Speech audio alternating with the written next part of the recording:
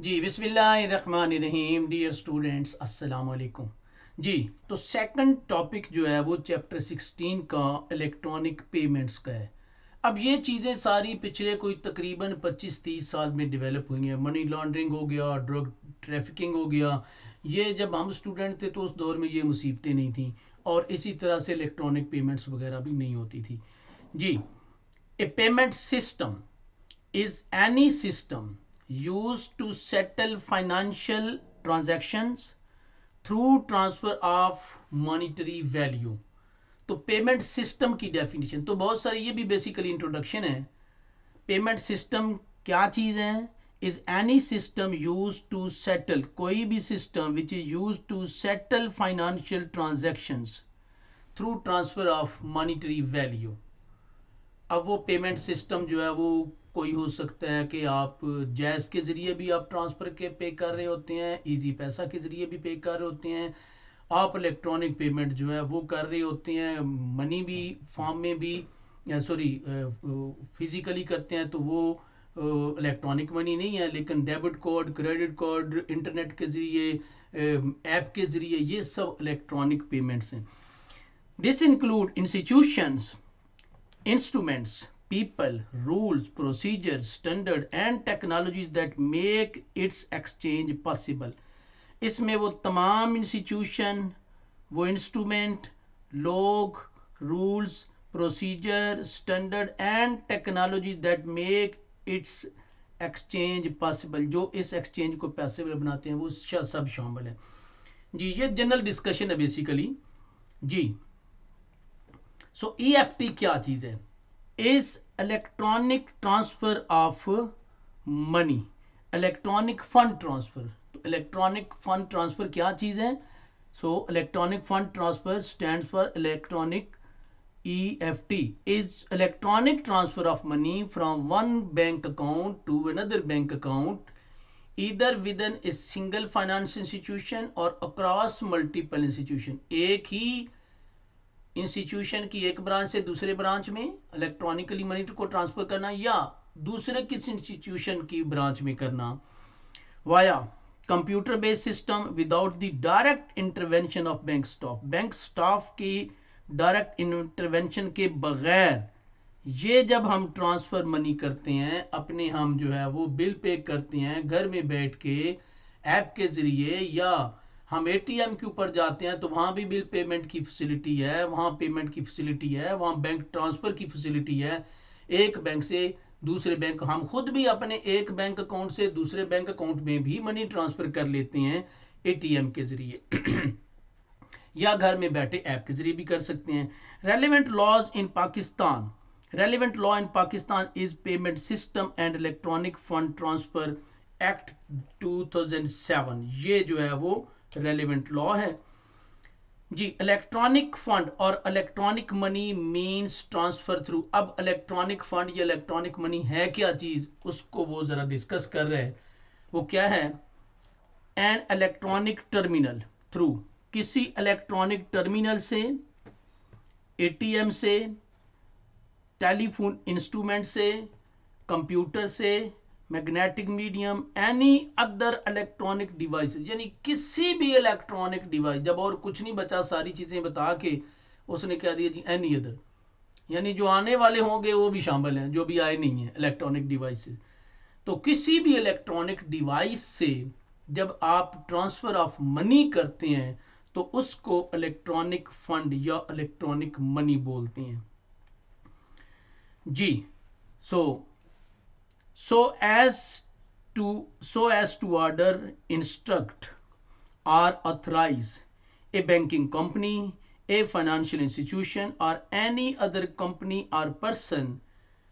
तो इसमें आप क्या करते हैं? इनफैक्ट आप अपनी कंपनी को, आप अपने इंस्टीट्यूशन को या किसी पर्सन को ऑथराइज करते हैं, इंस्ट्रक्ट करते हैं या ऑर्डर करते हैं कि आपके जो अकाउंट में डेबिट कर दिया जाए मनी या क्रेडिट कर दिया जाए, टू डेबिट और credit an account and include monetary value as represented by a claim on issuer which is stored in an electronic device or payment instrument, issued on receipt of funds of an amount not less than value than the monetary value issued।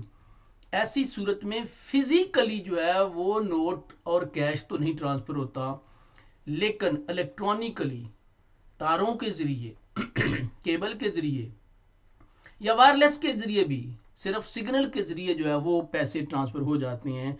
Accepted as means of payment by undertaking other than the issuer and includes electronic store of monetary value on an electronic device that may be used for making payments।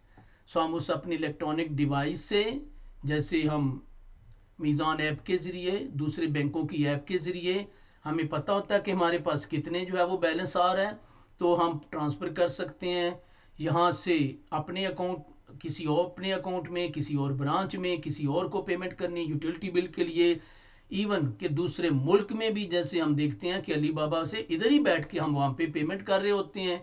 ठीक है, तो ये सारे काम हम कर सकते हैं जी। As may be prescribed by the state bank.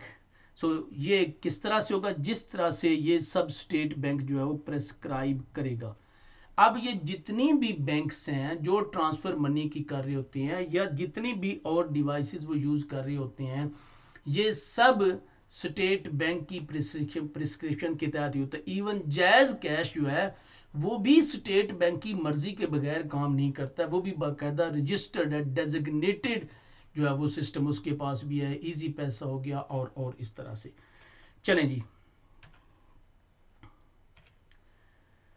Electronic fund transfer EFT means any transfer of funds other than a transaction originated by check। ठीक है, तो इलेक्ट्रॉनिक ट्रांसफर ऑफ फंड जो है वो other than the transaction originated by cheque, cheque से नहीं होगा, ना तो ड्रॉप से। सिमिलर पेपर इंस्ट्रूमेंट, ये जो पुराने दौर के थे ना, ये तो इलेक्ट्रॉनिक नहीं थे, ये तो फिजिकल जो है वो बाकायदा ये ट्रांसफर होते थे। Which is initiated through an electronic terminal, किसी इलेक्ट्रॉनिक टर्मिनल, किसी डिवाइस और telephonic instrument. Point of sale terminal, point of sale terminal जो वो है जिसको आप जब कभी किसी मॉल के ऊपर या किसी इस पे पेट्रोल पंप के ऊपर जब आप पेट्रोल डलवाते हैं, किसी माल के ऊपर शॉपिंग करते हैं, तो वो आपका ATM card, debit credit card मांगता है, तो वो उसमें वो उसको स्वैप करता है, तो वो उसको हम बोलते हैं पॉइंट ऑफ सेल टर्मिनल। तो वो एक टर्मिनल है वो भी जी। Stored value card terminal, stored value card terminal, debit card, ATM, computer, magnetic tape और any other electronic device so as to order, instruct और authorise a finance institution to debit और क्रेडिट एन अकाउंट। तो कोई भी ऐसी device जिसके जरिए electronically आपकी अमाउंट डेबिट या क्रेडिट होगी, उसमें बहुत सारे के सारे उसने बता दिए हुए हैं, या एनी अदर भी बता दिए, एनी अदर इलेक्ट्रॉनिक डिवाइस, यानी जो अभी नहीं भी इजाद हुई हैं वो भी उसने शामिल कर ली हुई हैं। ऑपरेटर कौन होगा जी? तो ये छोटी छोटी डेफिनेशन हैं, डेफिनेटली आपको यहाँ पे ये याद करनी होती हैं। ऑपरेटर कौन है? Operator means any financial or other institution or any person authorized by state bank to operate any designated payment system। operator कौन है? any financial institution, any financial or other institution or any person authorized by the state bank। तो इसको authorize कौन करेगा? state bank to operate any designated payment system। Designated payment system बाकायदा, यानी जिसकी permission state bank दे payment system की, जिसको authorise कर दे अपॉइंटेड पेमेंट सिस्टम, उसको हम कहेंगे डेजिग्नेटेड पेमेंट सिस्टम। जैसे जैस कोड है बाकायदा ऑथराइज है, स्टेट बैंक जो है उसने ऑथराइज किया हुआ है इनको, इजी पैसा है, तो ये सब इसी तरह से बाकी बैंक तो खैर हैं ही है ना, सारे के सारे स्केड्यूल बैंक हैं, इसको हम बोलते हैं। तो जो कोई फाइनेंशियल या अदर इंस्टीट्यूशन या कोई पर्सन जिसको स्टेट बैंक ऑथराइज करे, उसको हम क्या कहेंगे? Designated payment system ji.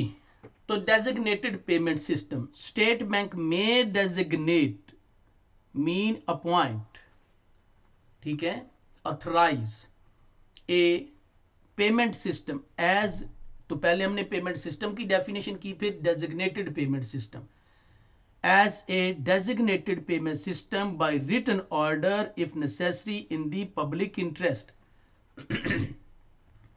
State Bank may inspect the premises, उसकी बिल्डिंग premises, ठीक है, equipment, machinery, apparatus, books or other documents or accounts and transactions relating to payment system in considering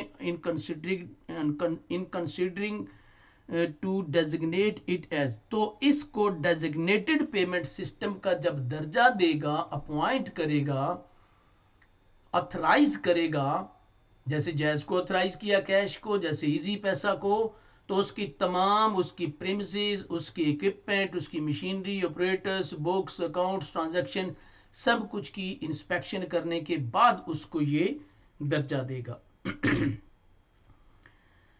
जी, तो electronic payments, so designation of payment system, इसको हम देख लेते हैं कि कितनी हमारी जो है वो वीडियो ये हो गई हैं। तो ये मेरा ख्याल है 3 की स्लाइडों की एक वीडियो काफ़ी है, फिर अगली ज़रा लंबी हो जाएगी, तो दरमियानी एक मीडियम रख लेते हैं, छोटे छोटे चैप्टर हैं, तो बाकी इंशाल्लाह हम नेक्स्ट वीडियो में स्टडी करेंगे। अल्लाह हाफिज़ जी।